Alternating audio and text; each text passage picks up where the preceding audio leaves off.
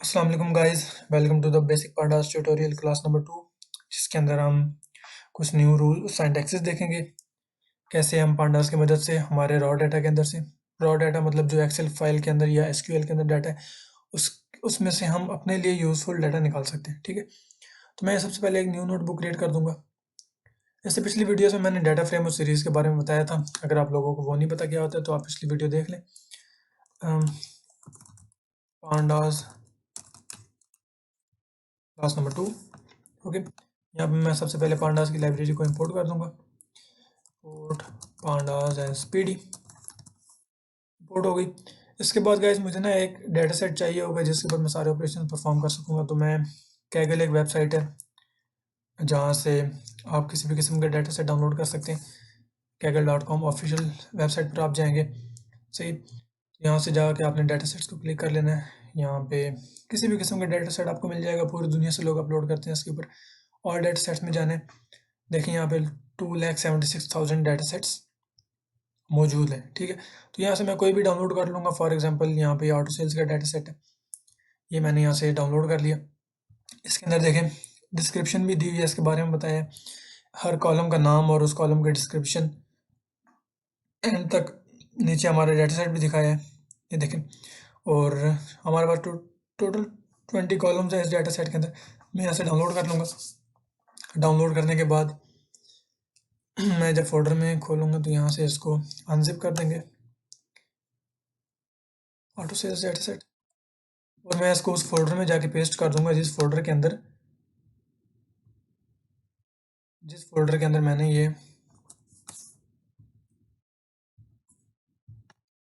अपनी जुपिटर की नोटबुक खोली है। ठीक है, वहाँ पे मैं जाके देखूंगा तो ये देखें, ये हमारे पास यहाँ पे आ गई है हमारी CSV फाइल। मैं CSV फाइल को खोल दूंगा। देखिए हमारे कॉलम्स के नाम है, हेडर्स हैं जिनके हमारे सारे नाम लिखे होते हैं। ये हमारा सारा डाटा नीचे 20 कॉलम्स टोटल है हमारे पास। तो चले आए देखते हैं। सबसे पहले मैं इसको रीड करूँगा, data is equal to PD dot read CSV, सही है, auto sales data dot CSV। इसको रीड करने के बाद मैं इसको जैसे प्रिंट करूँगा तो ये देखें, ये मेरी डाटा सेट प्रिंट हो गई है। डाटा सेट प्रिंट होने के बाद अब सबसे पहले एक चीज़ देख लेते हैं। डाटा डॉट शेप एक मेथड है जो हमें हमारे डाटा सेट की शेप बताता है। 2747 रोज हैं एंड 20 कॉलम्स हैं हमारे पास, 0 से लेकर 2746 तक। तो ये इतनी रोज बन जाती। ठीक है, इसके बाद एक और मेथड है डाटा डॉट डिस्क्राइब, जो हमारे डाटा सेट के बारे में हमें यूज़फुल इंसाइट्स देता है।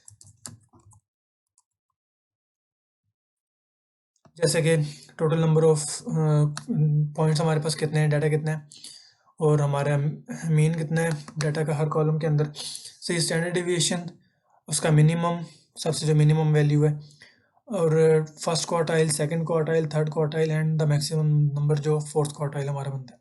ठीक है, इसके बाद डाटा डॉट इन्फो, ये हमें कॉलम्स के बारे में बताता है। सॉरी, आगे ब्रैकेट्स लगाना भूल गया। 2747 एंट्रीज है हमारे पास, टोटल 20 कॉलम्स हैं, सही। हर कॉलम की इंडेक्सिंग 1 से 19, 0 से 19 तक। फिर हर कॉलम का नाम, फिर उसमें non null values, non null values मतलब जैसे कि ये एक पॉइंट है, इसके अंदर नॉन नल वैल्यू कोई वैल्यू ही ना हो। याद रखें, अगर यहाँ पे ज़ीरो है तो वो भी कोई ना कोई वैल्यू कंसीडर होगी पांडास के अंदर। ठीक है, तो ये नॉन नल वैल्यूज़ इस सारों के अंदर एक भी नहीं है, सारे के सारे डाटा पॉइंट्स एग्जिस्ट करते हैं यहाँ पे। उसके बाद हर कॉलम की डाटा टाइप इंटीजर है हमारे पास, फ्लोट है, उसके बाद हमारे पास ऑब्जेक्ट है, और इनके अलावा और नहीं है, और कोई भी हमारे पास नहीं है। ठीक है, अब आ जाता है कुछ बेसिक मेथड्स। फॉर एग्जांपल, अगर मुझे इसमें से स्पेसिफाइड नंबर ऑफ रोज चाहिए, टॉप से या बॉटम से, सबसे पहले डाटा डॉट हेड, ये मुझे टॉप से 5 रोज ला के दे देगा। डिफ़ॉल्ट बाय डिफ़ॉल्ट ये 5 रोज ला के देता है, बट अगर आप स्पेसिफाइड नंबर ऑफ रोज चाहते हैं, फॉर एग्जांपल आप 10 रोज चाहते हैं, तो ये आपको 10 रोज ला के दे देगा। इसको आप किसी और वेरिएबल में सेव करें, top rows is equal to, सही, और यहाँ पे आप टॉप रोज करेंगे तो ये आपको वही प्रिंट कर देगा, वेरिएबल के अंदर सेव कर दिया। इसके बाद अगर आपको बॉटम से चाहिए तो है डाटा डॉट टेल, ये आपको बॉटम से 5 रोज ला के दे देगा। आपको स्पेसिफाइड नंबर ऑफ रोज चाहिए तो यहाँ अंदर लिख दें, फॉर एग्जांपल मैं 8 लिख देता हूँ, ये आपको 8 रोज ला के दे देगा। इसके बाद जो हमारे ये हेडर्स हैं यहाँ पर हर कॉलम का नाम, ये अगर आपने प्रिंट करना है तो डाटा डॉट कॉलम्स, ये आपको सारे के सारे कॉलम्स के नाम प्रिंट करके दे देगा। और एक और चीज़, डाटा डॉट वैल्यू काउंट्स, ये आपको जिस हर कॉलम के अंदर जितनी भी वैल्यूज़ हैं वो आपको बता देगा। यहाँ पे मैंने कॉलम का नाम लिखना है, फॉर एग्जांपल मैं यहाँ पे प्राइस ईच लिखता हूँ या सेल्स लिखता हूँ, सही सेल्स लिख दिया मैंने। और मैंने जैसे ही प्रिंट करूँगा तो मुझे यहाँ बता देगा कि 2935.15 जो वैल्यू है ये हमारे पूरे उस कॉलम में कितनी बार आई है, 2 बार आई है। 7381 ये हमारे पूरे कॉलम में कितनी बार आई है, 2 बार आई है। मतलब सारे वैल्यूज काउंट्स बता देगा हमारे उस कॉलम के अंदर कि कितनी बार आया। इसके बाद नॉर्मलाइज, नॉर्मलाइज क्या करता है, वो हमारी परसेंटेज बता देता है कि ये पूरे डाटा सेट में कितना परसेंट है। Normalize is equal to true कर दूंगा, सही ट्रू कर दिया। अब देखें ये जो है ये वाली वैल्यू 0.0000728% आई है हमारे इसके अंदर डाटा सेट के अंदर। इसी तरह इसके बाद अगर आपको सॉर्ट, ये डाटा सॉर्टेड आपके पास आया है, सबसे पहले बड़ी वैल्यू उसके बाद छोटी वैल्यू। बट अगर आप अनसॉर्टेड चाहते हैं तो आप is equal sort is equal to false कर दें, तो ये देखें आपको अनसॉर्टेड दे देगा 0.364, दरमियान में वो 7 और 8 और वो सारी वैल्यूज़ अंदर ही हैं। बट अगर आप इसको ट्रू करेंगे तो वो आपको सॉर्ट करके देगा, देखें 7 to 8 अंदर आ गई, ठीक है। इसके बाद डाटा डॉट सॉर्ट वैल्यूज़ हो गया, ये भी हो गया सॉर्ट वैल्यूज़। देखें ये काम करता है कि हमारे जो कॉलम है इसके अंदर सारी डिनोमिनेटर या नोमिनेटर वाइज आपको डाटा सॉर्ट करके दे देगा। फॉर एग्जांपल यहाँ पे मैं कॉलम का नाम लिखूँगा, किस कॉलम का मुझे सॉर्ट करवाना है, यहाँ पे ऑर्डर नंबर या सेल्स या ऑर्डर डेट। फॉर एग्जांपल मुझे ऑर्डर क्वांटिटी का सॉर्ट करवाना है, मैं यहाँ पे ऑर्डर क्वांटिटी लिख दूँगा और एंटर प्रेस करूँगा तो देखें ऑर्डर क्वांटिटी के अंदर जितना भी डाटा था वो सॉर्ट हो गया। सबसे पहले छोटा, उसके बाद बड़ा, उसके बाद बड़ा, न्यूमरेटर वाइज सारा सॉर्ट हो गया। अगर आप चाहते हैं कि ये डिसेंडिंग में हो तो ascending is equal to false कर दें, तो ये सेंडिंग वाइज डिसेंडिंग वाइज हो जाएगा 97 85 77, ये डाटा कम होता जाएगा, ठीक है। अगर आप मल्टीपल कॉलम्स चाहते हैं तो यहाँ पे आप एक ब्रैकेट लगाएं इस तरह करके, स्क्वायर ब्रैकेट, इसके अंदर आप मल्टीपल कॉलम्स के नाम दे दें सेल्स, ये मल्टीपल कॉलम्स को सॉर्ट कर देगा। देखिए गाइस यहाँ पे एक और चीज़ कि आपने अगर कभी भी मल्टीपल कॉलम्स के साथ काम करना है तो आपको डबल ब्रैकेट लगानी पड़ेगी। फॉर एग्जांपल ये सिंपल है सिंगल ब्रैकेट स्क्वायर ब्रैकेट, ये 1 डायमेंशनल एरे के लिए होता है,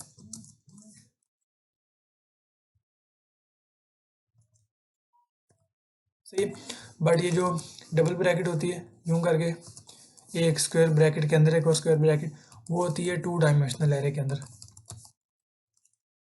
सो अगर आपको कभी भी 2 डायमेंशनल एरे के साथ काम करना है या मल्टीपल कॉलम्स के साथ काम करना है तो आपको डबल ब्रैकेट का यूज़ करना पड़ेगा, ठीक है।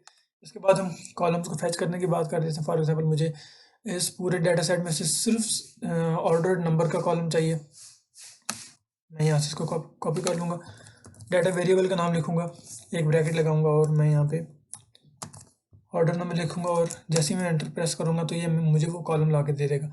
अभी देखें ये फ्रेम के अंदर नहीं है, इस कॉलम का नाम है ऑर्डर लाइन नंबर, मैं यहाँ पे लिखूँगा टू फ्रेम, ये मुझे फ्रेम के अंदर ला के दे देगा। बट अगर मैं मल्टीपल कॉलम्स चाहता हूँ, जैसा कि मैंने ऊपर बताया कि मुझे डबल एरेज यूज़ करने पड़ेंगे, डबल ब्रैकेट्स यूज़ करनी पड़ेगी, तो मैं डबल ब्रैकेट्स कर लूँगा और इसके अंदर ही मैं सेल्स लिख दूँगा, देखें, ठीक है। हाँ, मैं डबल कॉलम जब फैच करूँगा तो मुझे 2 फ्रेम नहीं यूज़ कर सकता, मैं नहीं यूज़ कर सकता। देखें मुझे 2 कॉलम्स ला के दे दिया। अगर आप 3 कॉलम्स चाहते हैं तो वो भी आप फैच कर सकते हैं। फॉर एग्जांपल मुझे ऑर्डर डेट का भी चाहिए, तो मैं यहाँ पे नाम लिखूँगा तो ये मुझे ऑर्डर डेट का भी कॉलम, ऑर्डर डेट का भी कॉलम ला के दे देगा, 3 कॉलम्स इसने मुझे ला के दे दिए, ठीक है। इसके बाद फिल्टर डाटा करने की बात कर लेते हैं। डाटा को अगर फिल्टर करना हो, ये हमारे पास बेसिक सा एक डाटा सेट है। इसमें से अगर मुझे अपना सिर्फ यूज़फुल डाटा निकालना है, फॉर एग्जांपल मुझे एक ऐसा इस कॉलम में से सिर्फ वो वैल्यूज़ चाहिए जिसमें 100 से ज़्यादा, सिर्फ वो रोज़ चाहिए जिसके अंदर प्राइस ईच में 100 से ज़्यादा वैल्यूज़ हैं। फॉर एग्जांपल ये 154 या 92 मुझे नहीं चाहिए, 88 नहीं चाहिए, 92 नहीं चाहिए, 185 चाहिए, ठीक है। तो मैं इसके लिए एक काम करूँगा, डाटा कॉलम कौन सा, यहाँ पे कॉलम का नाम लिखूँगा, कॉलम है प्राइस ईच,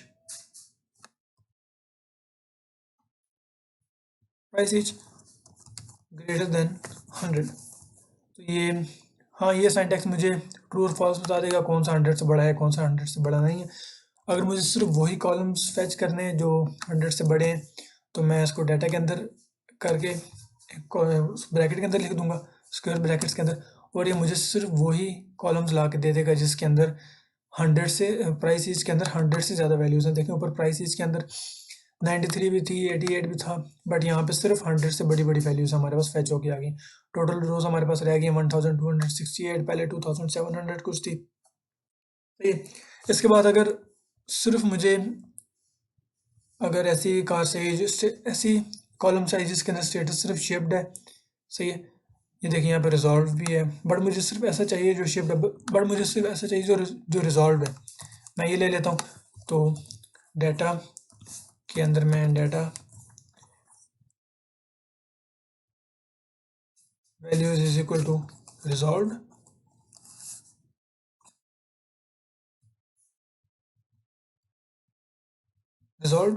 एंड, बल्कि अभी नहीं, सही, जैसे मुझे एरर दे दी, ये क्या एरर दे दिए, फॉल्स। ओह सॉरी, मुझे यहाँ पे कॉलम का नाम लिखना था स्टेटस, मुझे यहाँ पे स्टेटस कॉलम का नाम लिखना था, और ये यहाँ पे एरर क्यों दे रहा है, data status is equal to resolve.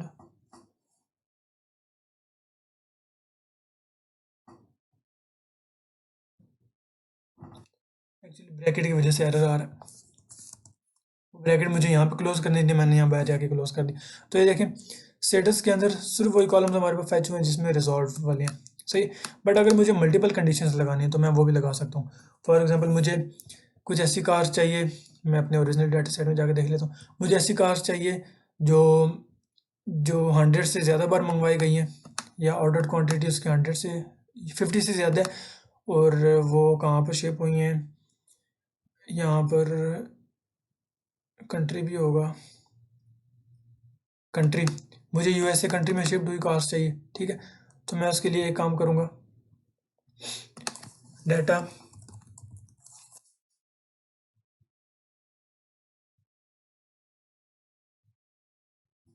Order quantity मुझे चाहिए 50 से ग्रेटर, सही है। ऑर्डर क्वांटिटी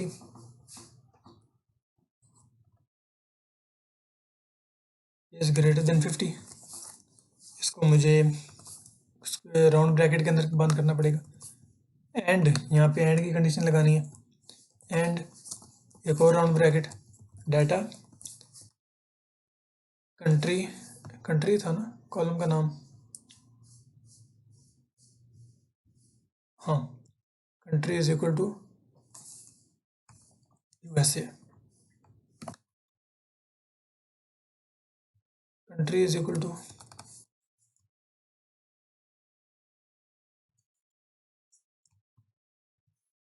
तो ये देखें मेरे पास ये टोटल सारी वही रोज फैच होके आ गई हैं जिनके अंदर प्राइस ऑर्डर क्वांटिटी 50 से ज़्यादा है। देखें यहाँ पे किसी भी वैल्यू के अंदर 50 से कम वैल्यूज़ नहीं है, और वही सिर्फ कार्स आई हैं जो यूएसए में ट्रांसफ़र हुई हैं, country is equal to USA, ठीक है। इसके बाद अगर मैं एक और नया कॉलम बनाना चाहता हूँ, दो कॉलम्स को ऐड करके या 3 कॉलम्स को ऐड करके, फॉर एग्जांपल मुझे इसकी और इसकी वैल्यूज़ को ऐड करवाना है आपस में, तो मैं एक और तरीके से कर सकता हूँ। मैं एक नया कॉलम बनाऊंगा डाटा के अंदर, न्यू कॉल के नाम से, is equal to data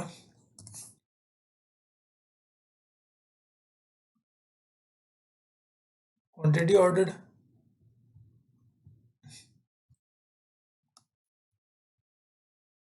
ordered plus data price each. सही, मैं ये प्रिंट कर दूंगा and it shows the error. इसको एरर नहीं शो करना चाहिए।